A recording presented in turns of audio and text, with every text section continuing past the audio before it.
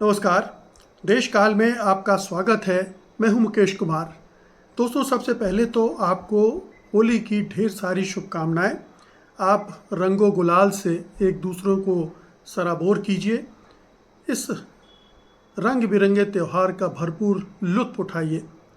बस इतना ध्यान रखिए कि हमें दूसरों की भावनाओं का भी आदर करना चाहिए, दूसरे धर्मों के प्रति भी सम्मान का भाव अपने अंदर रखना चाहिए और ऐसी कोई हरकत नहीं होनी चाहिए जिससे कटुता बढ़े। हालांकि हमारे देश में ऐसे बहुत सारे राज्य हैं, सरकारें हैं, मुख्यमंत्री हैं, प्रशासन है जो लगातार ये कोशिश कर रहे हैं कि त्योहारों के मौके पर तनाव बढ़े, टकराव बढ़े, हिंसा को जन्म मिले और नफ़रत का इजाफा हो। मसलन मैं जिक्र कर रहा हूँ उत्तर प्रदेश का, जहाँ योगी आदित्यनाथ बढ़ चढ़कर लगातार ऐसे बयान दे रहे हैं, लगातार ऐसी चीज़ें कर रहे हैं जिनसे उत्तर प्रदेश का माहौल बहुत बहुत बिगड़ता जा रहा है और पूरे माहौल में एक घनघोर किस्म की सांप्रदायिकता बढ़ती जा रही है। इसका एक बहुत ही ज्वलंत उदाहरण ये है कि शाहजहाँ जो पुर है और संभल जहाँ जिसके करीब है, उस इलाके में 67 मस्जिदों को ढक दिया गया है तिरपालों से, पन्नियों से, और अकेले संभल में 10 बड़ी मस्जिदों को ढका गया है। उसमें वहाँ की प्रसिद्ध जामा मस्जिद भी शामिल है और ये कहते हुए ढका गया है कि उन पर कोई रंग न डाल दे।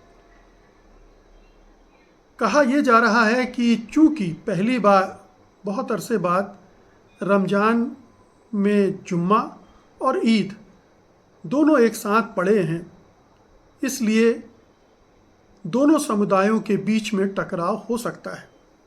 लेकिन सच्चाई ये है कि 25 सालों में 6 बार होली और जुम्मा एक साथ आए हैं और पूरे देश में शांतिपूर्ण ढंग से मनाया गया है और इस तरह की कट्टरता, तनाव नहीं देखने को मिला है जिसमें सरकार, मुख्यमंत्री और प्रशासन की भी हिस्सेदारी रही हो।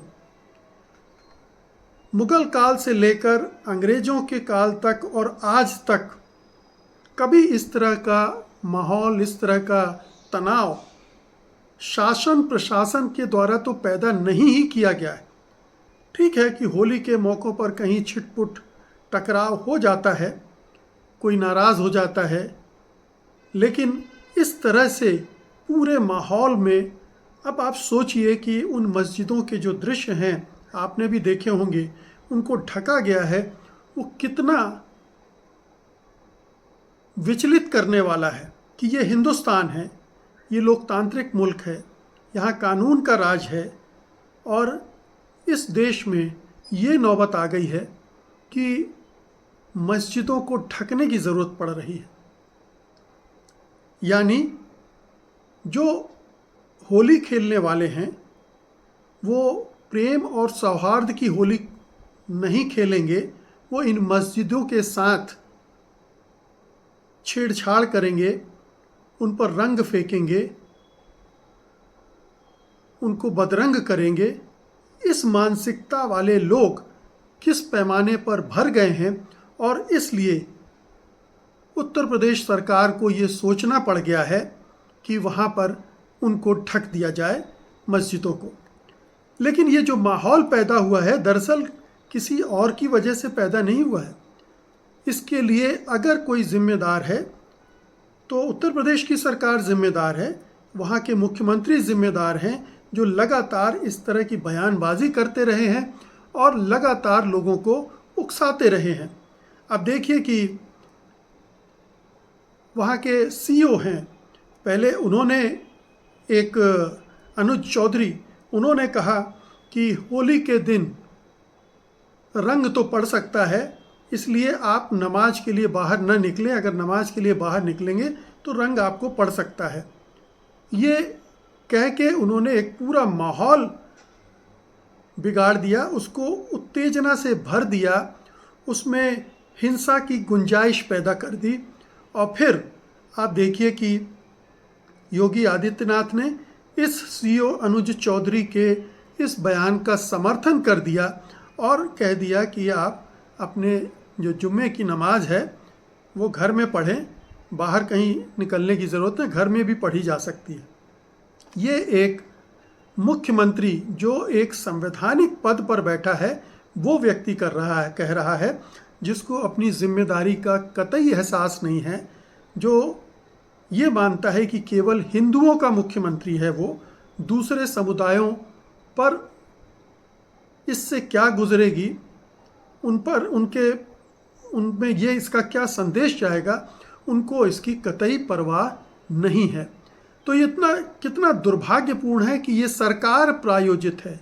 ये ऐसा नहीं है कि कुछ संगठन हैं जो इस तरह की चीज़ें करवा रहे हों, ज़बरदस्ती ढक रहे हों इन चीज़ों को। और मीडिया भी देखिए किस तरह से प्ले कर रहा है। एक नामी गिरामी नंबर 1 चैनल का अपना डिजिटल प्लेटफॉर्म है, वहाँ एक लेखक हैं संयम श्रीवास्तव, उन्होंने कितना घटिया ढंग से इस पूरी घटना का विवरण किया है कि पूरी तोहमत वहाँ अल्पसंख्यक समुदायों पर थोप दी है, जबकि उन्होंने ये कहा है कि ये सारा जो ढका गया है मस्जिदों को वो मुसलमानों ने ढका है, जबकि ये सरकार खुद मान रही है, प्रशासन खुद कह रहा है कि ये उसने ढका है। यानी ये एहतियात वो अपने तरफ से बरत रही है, इसमें मुस्लिम समुदाय की कोई भूमिका नहीं थी। सच बात तो ये है कि जिस तरह से उत्तर प्रदेश में माहौल है, जिस तरह से वहाँ शासन प्रशासन दुराग्रहपूर्ण ढंग से अल्पसंख्यकों के खिलाफ काम कर रहा है, उनके पीछे पड़ा हुआ है, उनकी धार्मिक गतिविधियों, उनके धर्म स्थलों और उनके हर चीज़ पर उसको दिक्कत होती है, उन पर हमले करने के बहाने ढूंढे जाते हैं और संभल उसके लिए एक बहाना ढूंढा ही गया है, वो करवा रही है, लेकिन तोहमत लगाई जा रही है। और उसमें इस माहौल में भला आप सोचिए कि मुस्लिम समुदाय क्या हिम्मत कर सकता है कि वो सरकार और प्रशासन के खिलाफ जाकर कुछ ऐसा करे जिससे उसी को संकट में पड़ना पड़े। तो ये एक तरफा है, और एक तरफा है उत्तर प्रदेश की सरकार के द्वारा, मुख्यमंत्री के द्वारा, प्रशासन के द्वारा लगातार ये किया जा रहा है। लेकिन आप ये सोचिए कि ये जो तस्वीरें हैं मस्जिदों को ढकने की, ये केवल उत्तर प्रदेश के लोग तो नहीं देखेंगे, ये पूरे देश के लोग देखेंगे, पूरी दुनिया के लोग देखेंगे कि आखिरकार हिंदुस्तान में ये हो क्या रहा है। हिंदुस्तान में क्या ये स्थिति आ गई है कि दो धर्मों के लोग अपने त्योहारों में असुरक्षित महसूस करते हैं, अपने धर्म स्थलों को असुरक्षित महसूस करते हैं, और ख़ास तौर पर दूसरे धर्म।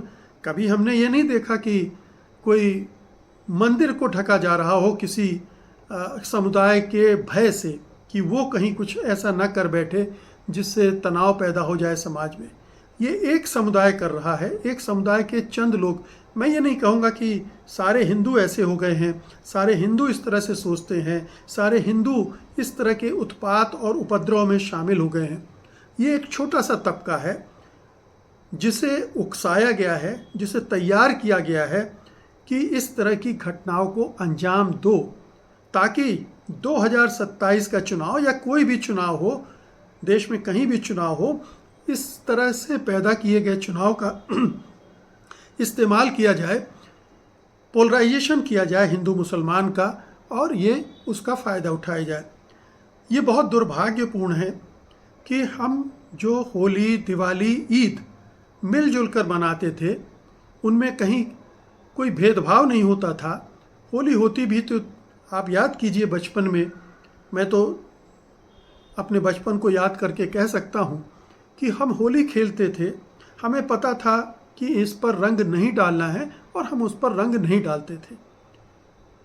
कुछ हमारे मुस्लिम फ्रेंड थे जो होली खेलते थे और भरपूर होली खेलते थे, ऐसे भी मुस्लिम फ्रेंड थे, और किसी को कोई डर नहीं था।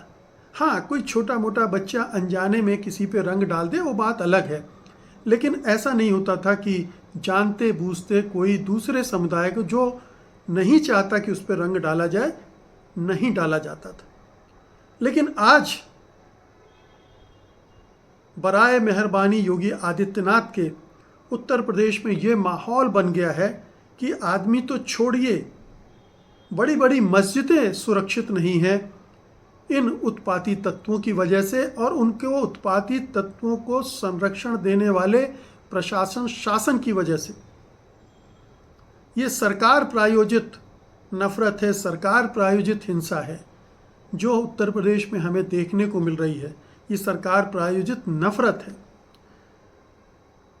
कश्मीर की नेता महबूबा मुफ्ती से आप बहुत मामलों में असहमत हो सकते हैं, आप उनको नापसंद भी कर सकते हैं, लेकिन उन्होंने एक बड़ी मार्के की बात कही है।